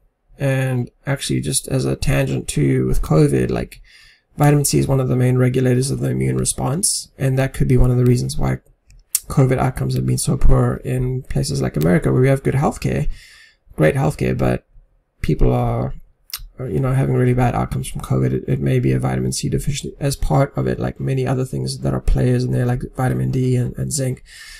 But this could be one of them, that people are like getting woefully inadequate amounts of vitamin C. And one of the reasons for this might be that, well, vitamin C tends to, you know, I mean, a lot of people know you get a lot in fresh fruits and vegetables, but keyword is fresh. So by the time you buy your food, your groceries in Costco or wherever, like, how long has it been since that food was plucked from a tree or pulled out of the ground, right? And vitamin C and other nutrients tend to degrade over time, and that amount decreases. And then also, if you look at things like orange juice in the store, store-bought orange juice that's been processed typically has a lot less vitamin C than fresh squeezed orange juice. On top of that, vitamin C is light sensitive, so if it's in a clear plastic bottle, the vitamin C is probably degrading the more it's exposed to light. Cooking degenerates vitamin C, so if you're cooking, like, green and red peppers are a great source of vitamin C, but if you cook them, that tends to break it down too. So what I'm saying is that I think maybe we don't realize how much we're getting, and maybe we're not getting nearly enough, and that could be one of the contributing factors to low mood. And of course, back to the point, like, when your moods are low, it's more likely you're going to resort to comfort eating and comfort foods. Okay, and just a few more interesting examples about vitamin C is that the highest concentration of vitamin C is actually in the brain, in the pituitary, which incidentally is one of the main regulators of the stress response. It's the hypothalamus, the pituitary, and the adrenal axis, and it implies that vitamin C is a key regulator of that stress response. And then again, vitamin C is also concentrated in the adrenal glands and the hippocampus, which is kind of where memory formation occurs, and is implicated in the emotional meaning we attach to memories. So overall, it appears to regulate aspects of the stress response and mitigate against its toxic effects. And again, it's got to highlight, like, it's not that vitamin C is like the be-all and end-all of nutrition. It's just one little example of how a relatively innocuous nutrient can have a profound impact on mental health. And I picked vitamin C because, like I said, I don't think it's like, if you look at nutrients to support mental health, it'd normally be B vitamins and some kind of phosphatidylserine fatty acid component, and maybe some herbs like, you know, adaptogens, or, you know, these different things, but it's seldom vitamin C. So anyway, just FYI.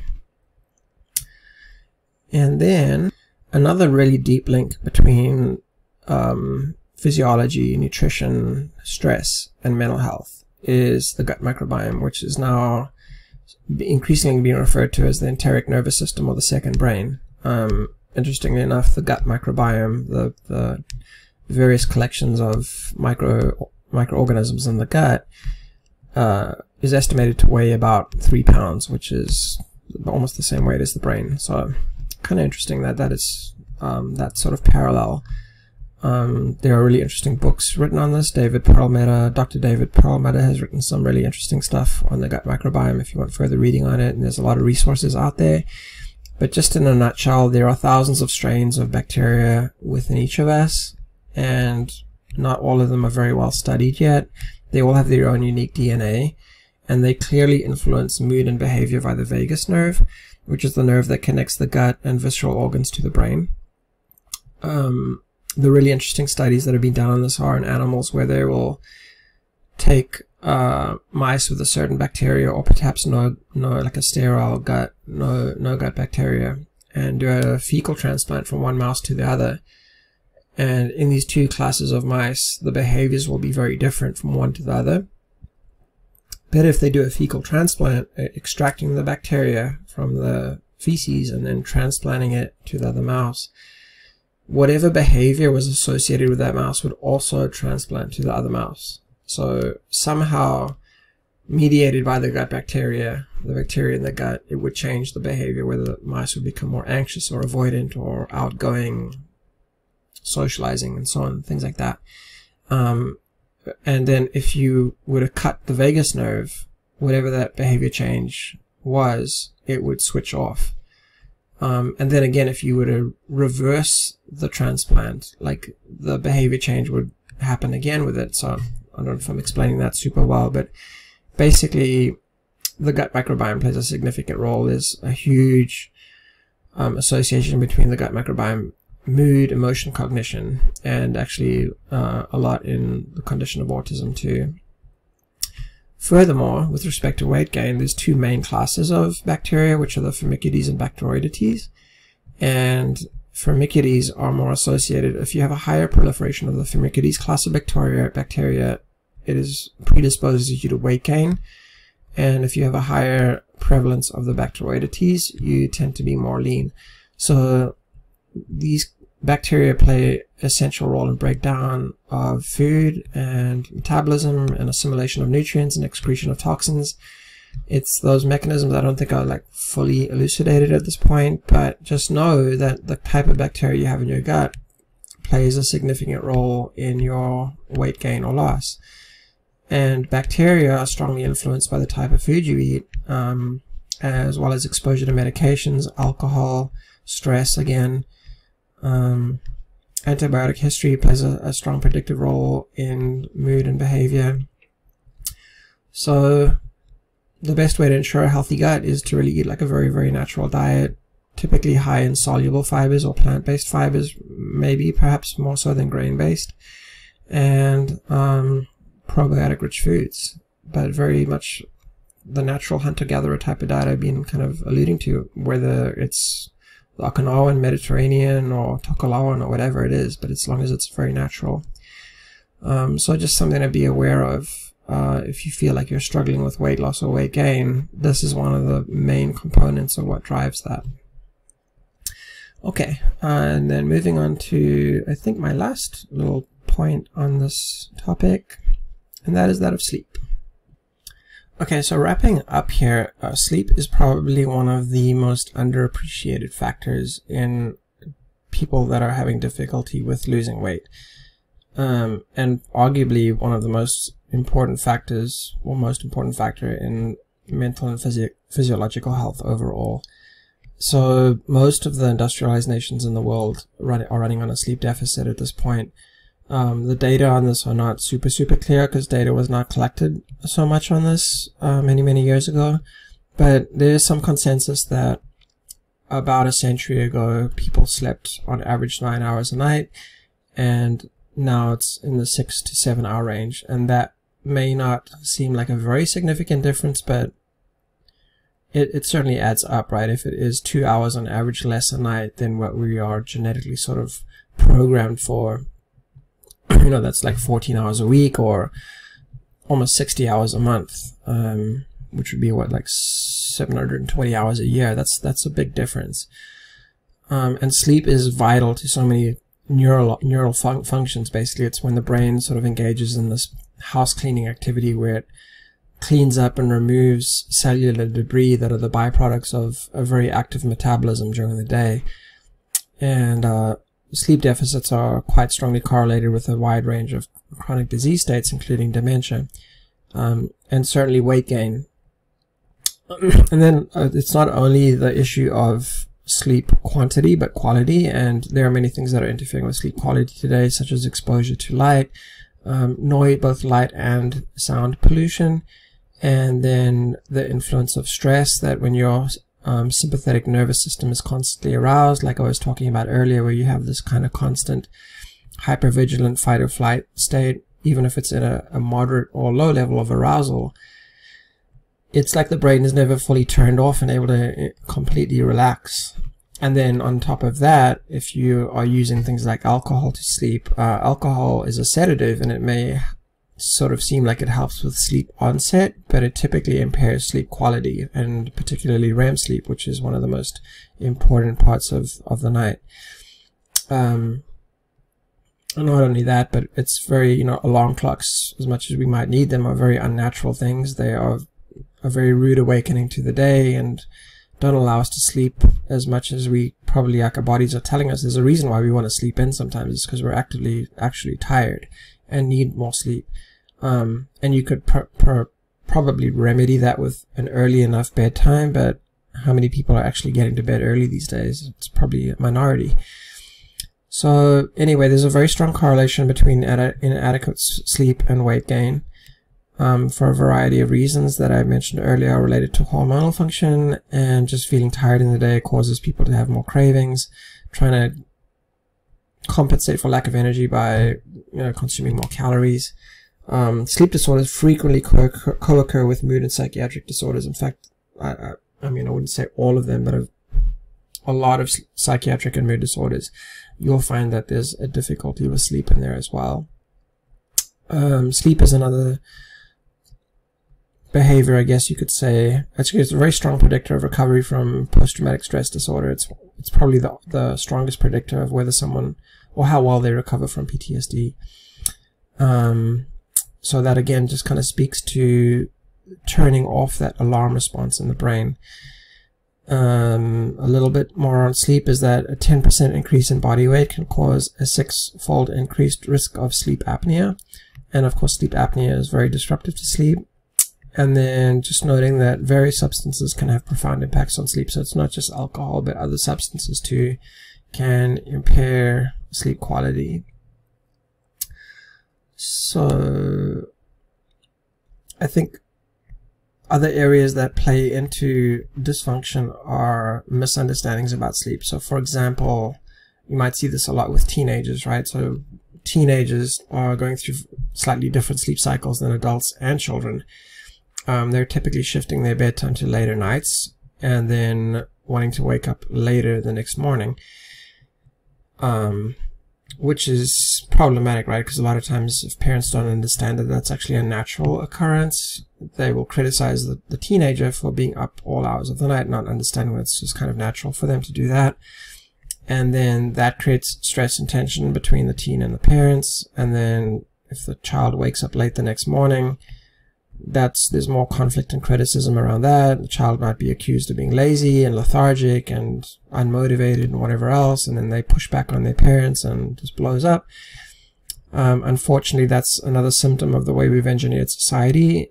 And in a few schools around the world where they have experimented with later school start times, they found that teenagers do much better, both emotionally and academically. Significant improvement just by changing the time, like to maybe 9 a.m. start time instead of 7 or something like that. So the teenager gets to sleep in a little bit more. I don't know if this is a very well-known fact, but sleep deficiency causes more traffic accidents than those that are caused by DUIs. So it's interesting because there is such a strong drive to reduce drunk driving, which is of course good, but it's kind of ironic that we don't recognize how impactful sleep is. Like, it actually makes a bigger difference, and there isn't much of a drive towards public education about this fact. If you're really exhausted, like really tired, you can sometimes slip into what are called microsleeps, where you just doze off for a brief moment, like it's even a few seconds. And of course, if you're on a freeway at 60 miles an hour or so, you've covered like a football field of length in that time. And, you know, if there's a car stopped in front of you, you all know what the outcome will be. So this is a big problem. It's also a big problem at the level of things like medical error. A lot of medical errors are attributed to physician fatigue, or the fatigue, or the surgeon hasn't been getting enough sleep. Then I don't remember the statistics. I don't want to bore you with those, but the numbers are quite significant. Like it's quite a high percentage. And also the catastrophe of Chernobyl and also the Exxon Valdez oil spill were both attributed to operator error due to sleep deprivation. So I think this also is worth considering in the context of what is determined as ADHD a lot of times. Like sometimes ADHD is what it is. But if you look at the symptoms of sleep deprivation, like irritability and sometimes just not being able to focus and attend, maybe it's a sleep issue. So examining sleep is always important. I think it's just one of the things that's incredibly vital and fundamental to health, and for whatever reason its importance is not quite recognized. So and then there's a significant amount of data too that also shows just impaired cognitive functioning overall, like being able to attend to information, problem solve, creative thinking, memorization. Yeah, the list kind of goes on that one. So I think the point is made. And then just, yeah, again, saying here that alcohol has sedating effects, but overall impairs REM sleep and sleep quality. So it's definitely not a panacea. And actually a lot could be said on similar lines for sleep medication, which can have benefits, but tends to have some negative effects as well. So what's the bottom line? I guess it looks, I have, admittedly, this presentation is very broad. It's kind of shallow, right? I haven't gone into depth on any subject. I just wanted to present alternative ideas that are not often addressed or considered in why people struggle with their weight. And I think, like I said at the beginning, this is not a character defect issue. It's just the environment that we live in is toxic in many respects. It's obesogenic for sure.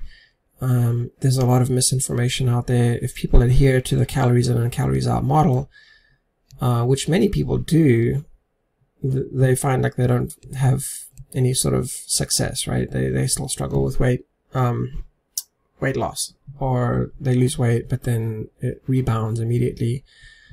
There's a lot of reasons for why calorie restriction doesn't work.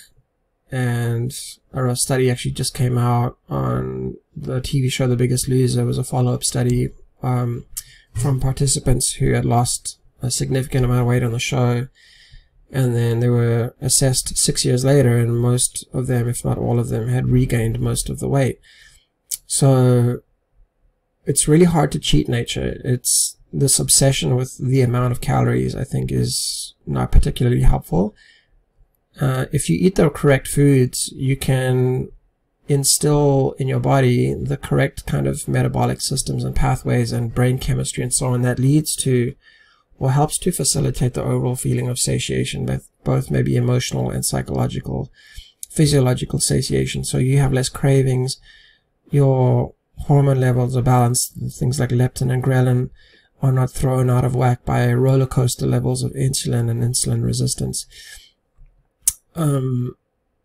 So recognizing that exercise is one component of movement, and then movement itself, as in like just going for a walk, which I don't know if that fully qualifies. It's kind of exercise, but walking is definitely movement in the sense that you're getting out and moving your body. It's very different than something like high intensity exercise, which has its own set of unique benefits. But the idea of just moving around, which might to some degree also emulate hunter-gatherer societies, right, where they didn't have a couch to lay on, and there was a lot of play, there was a lot of community engagement, and then there was very active times of maybe hunting or foraging for food. And all the food was very natural.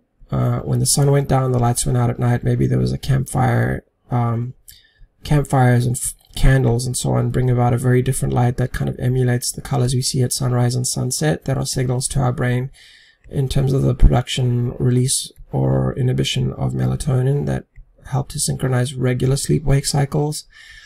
So, you know, these different type of things, ways of looking at the world, I'm not saying we all need to go back to hunter-gatherer living, but learning from those societies and like what fits with our sort of evolutionary programming or genetic programming.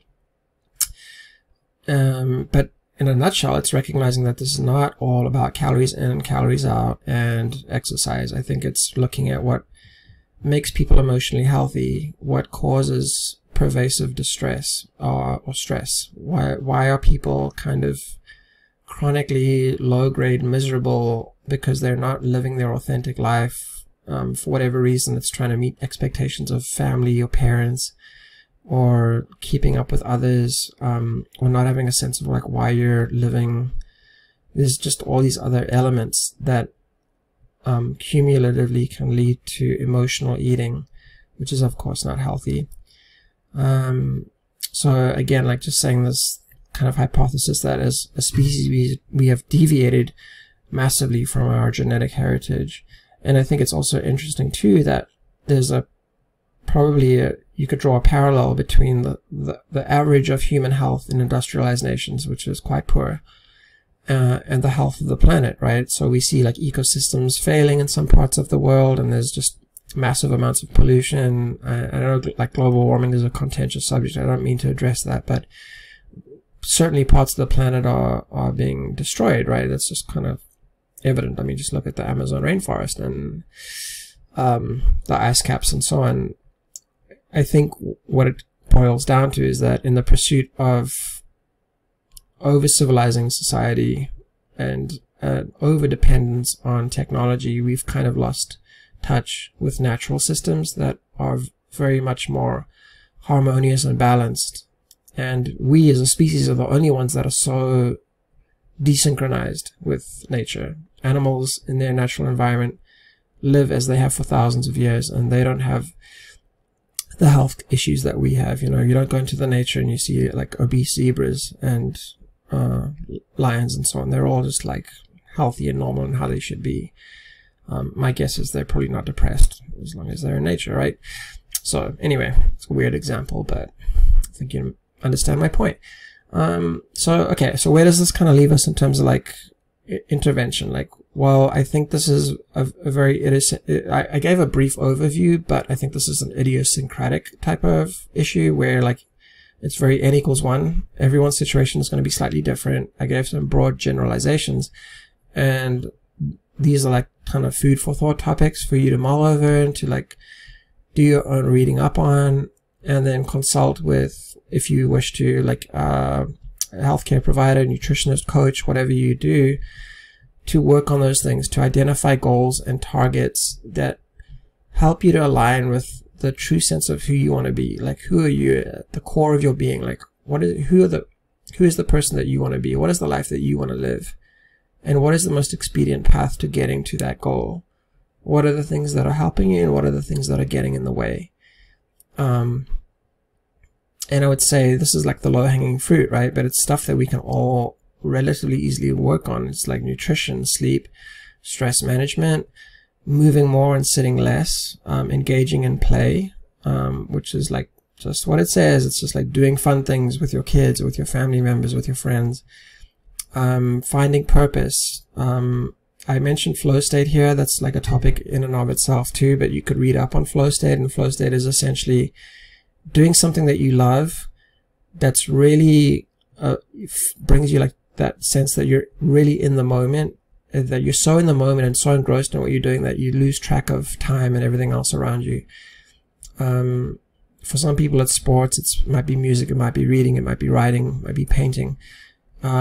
Whatever that thing is, the one requirement is usually that it's something that pushes your ability level to its limit, but it's not so hard that you give up in frustration, and it's not so easy that you lose interest because it's too easy. But flow state is a really strong predictor of long-term happiness. I would say also beware of what in positive psychology they dub the hedonic treadmill, which is essentially pleasure seeking, like endless pleasure seeking. Endless pleasure seeking is a bit of a bottomless pit. It's like engaging in acts that are it's like the opposite of flow state in a sense. It's like eating a lot of cookies and chocolate and video games maybe, or just randomly surfing the internet for too long, too much time on Facebook and Instagram. These types of things that maybe feel satisfying in the moment, but you keep on having to do more and more of them because they never really satisfy you.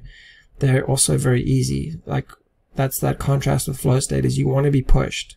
You want to be pushed to the edge of your ability level, but anybody can scroll on Instagram or Facebook or eat cookies, right? And that hedonic treadmill over time it tends to wear down the reward system in the brain, so things that should feel rewarding feel less and less so. It's a little bit like the drug effect in the sense that that system becomes desensitized, and you need more and more of that thing to get less and less of the reward or that effect that you initially became addicted to. So hedonism is, in a sense, this constant pursuit of pleasure, which is different than the pursuit of happiness, I think is a real trap. And then I think the last thing I would say is, like, especially at the time I'm recording this video, it's almost New Year's. Don't rely on motivation and New Year's resolution type of thinking. Meaning, I think motivation is nice when you have it, but it's not a reliable indicator or predictor of success, because it waxes and wanes. It's very emotional, and emotions, that's the nature of emotions, is that they come and go. Like, you're not like just super happy all the time and super sad all the time. Emotions fluctuate, and motivation can be that way too. I think what's a lot more effective is clarifying in your mind what you want in life, and having that goal, envisioning it, and making it feel real to yourself, and going like, this is the life I want to live, this is the goal I want to achieve, and then mapping out steps to how to get there, and mapping it out very methodically. Like, so even if it's setting a schedule, even if it's like, wake up at this time, which, by the way, means you should be in bed by a certain time, right? The whole sleep topic. And then you make your bed, and then you have your coffee, and you do some stretching, and then you go for a run, whatever. I mean, you make it yours, right? But where motivation fails is a lot of times you won't feel like doing that. And that's where I think you have to have more of the goal-directed activity, which is just like, this is what I need to do to succeed, and this is what I will do, and I don't care if I feel like doing it or not, I'm just going to do it. That cuts through so much of the barriers that I think people often fall prey to, and that's why people don't sustain New Year's resolutions. They lose the feeling, the emotional component. But if you can successfully build the habit and become routine about it, it eventually will develop its own inertia, kind of like the opposite of what the lazy pattern looks like. And it will feel really weird to miss out on that. And once you kind of hit that breakthrough level, it's a lot easier to sustain that habit. It's the change part that's often hard, and that requires a little bit of, I guess, courage and persistence and breakthrough attitude. But I would just say, my experience working with many people, they have issues with motivation. I think we all do. I think it's somewhat maybe in our DNA to just kind of be lazy at times and conserve energy, because historically humans have not had access to an abundance of food. We haven't had refrigeration and shelf-stable foods, and like, we could stock up the pantry for like months and not worry about it. Back in the day, you had to forage for food, you had to hunt for it, you had to grow your vegetables contingent on the weather and all these different variables that didn't guarantee food security, right? So there was a reason why we should probably conserve energy. Now we've kind of got like too much calories at our fingertips, and we have to kind of be more careful with that. So anyway, that's that in a nutshell, and I hope that some of this information was useful. Again, I know it seems scattered because this is a broad topic, and I think all these things, whether they are sleep, stress, nutrition, finding purpose in life, they're all interconnected in various ways. And this is something it's an ongoing pursuit of knowledge for myself. So if you have any questions or comments, please leave them either on my blog post or here on the video in the comments. I would be happy to engage and talk with others about this topic, and hopefully we can all learn from each other. So yeah, and I will see you all in the next episode. All right, aloha.